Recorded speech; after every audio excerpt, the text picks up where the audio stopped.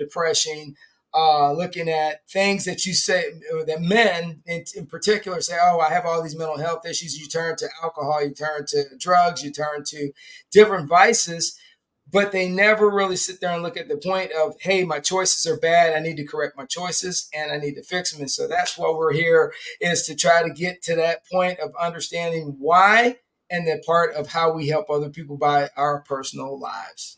So good. Listen to you. So clear, so concise. You are the speaker, just like what you shared in our last show. You knew you were here with the voice, and I'm so grateful you share it.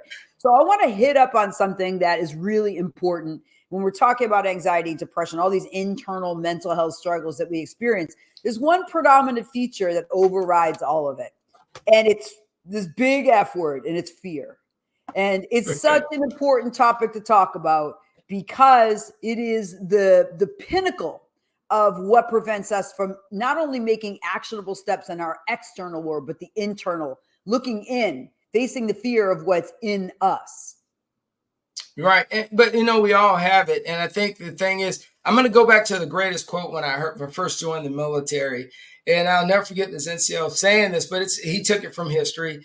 And we were going through infantry training, and he said, look, man, we're all cowards and we're all heroes. And I said, huh? I'm like, what are you talking about? He goes, we're all cowards and we're all heroes. He said, it's the moment in time of a situation that you make a decision and you're remembered either as a coward or a hero.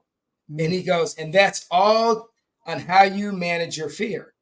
He goes, so we're all scared in a certain situations. And trust me, I've been there. I know. I know. Mm. But it's the decisions you make during that time of compressed fear that makes people look at you in two different lights. If they look at you and say, oh, he's a badass, or he's oh my God, don't ever go anywhere with him. And the last thing I'll touch real quick on was the one thing I'll never forget is the 10 men go into battle, and David David got us, but it's a military thing. David just stole it from like everybody else. Is that we have 10 men going into the battle. Out of that 10, 5 are going to be cannon fodder. They shouldn't be there anyway. And out of that other 5 that's left over, 3 are warriors, and the other 2 will get their courage from looking at the warriors.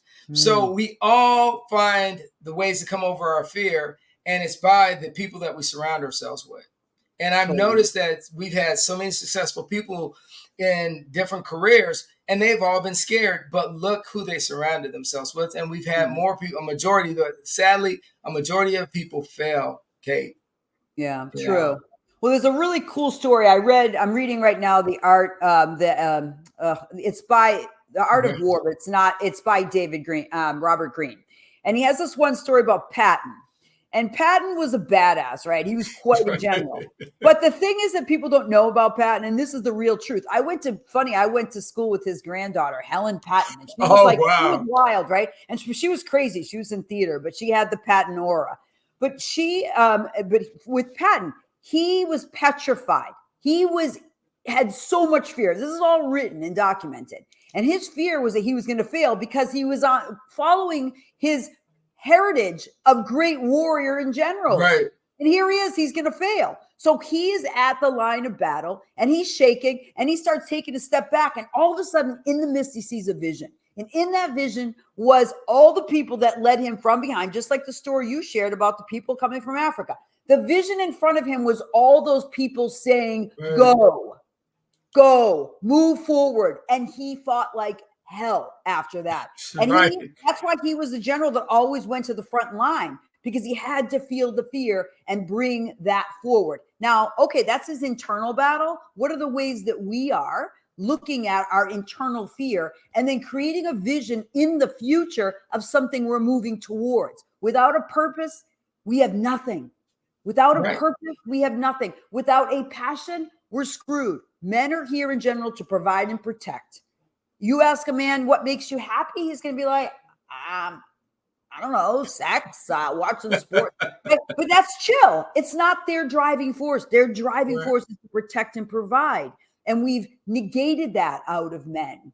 It's become a negative that they're here to be warriors and to fight and to advocate and to say things that may disturb or upset people, or to make decisions that maybe people are going to not like it.